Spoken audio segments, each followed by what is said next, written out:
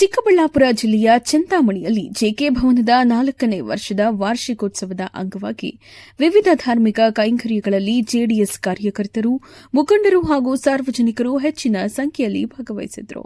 ವೇದ ಪಂಡಿತರಿಂದ ಹೋಮ ಹವನ ನೆರವೇರಿಸಲಾಯಿತು. ಇದೇ ವೇಳೆ ಶ್ರೀ ಕ್ಷೇತ್ರ ಕೈವಾರದ ಶ್ರೀ ಯೋಗಿ ನಾರಾಯಣ ತಾತಯ್ಯನವರ ವಿಗ್ರಹಕ್ಕೆ ವಿಶೇಷ ಪೂಜೆ ಸಲ್ಲಿಸಲಾಯಿತು. ಜೆಡಿಎಸ್ ಪಕ್ಷಕ್ಕೆ ಸೇರ್ಪಡೆ ಆಗುವಂತದ್ದು ಬಹುತೇಕ ಖಚಿತವಾಗಿದೆ. ದಿನಾಂಕ ನಿಗದಿಯಾಗಿಲ್ಲ.